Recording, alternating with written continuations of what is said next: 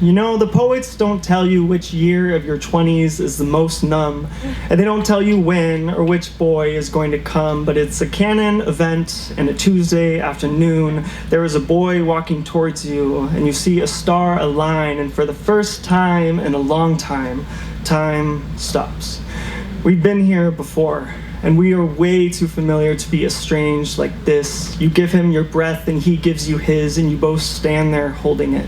There are sparks before there's oxygen. You catch your fingers before they stroke his cheek. How many atoms does it take before a thing becomes a thing?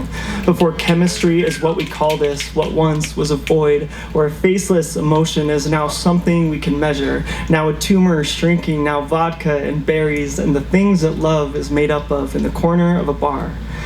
There is a boy walking next to you, and your hands keep interrupting. There is a gap that begs to be closed. You know enough of the ropes to tie a knot. He smells like nostalgic detergent, and he tells you about his nana, and you want to be the laundry folded on his bed, or the kind that he airs out when he has a secret.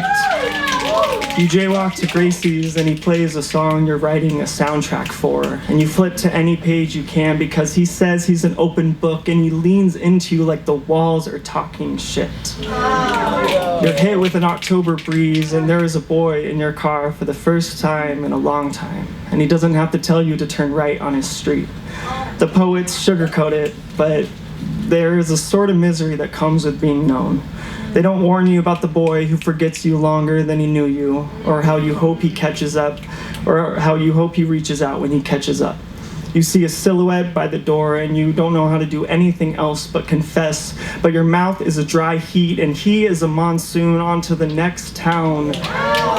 But your hair is perfectly coiffed, and there is no breeze here anymore.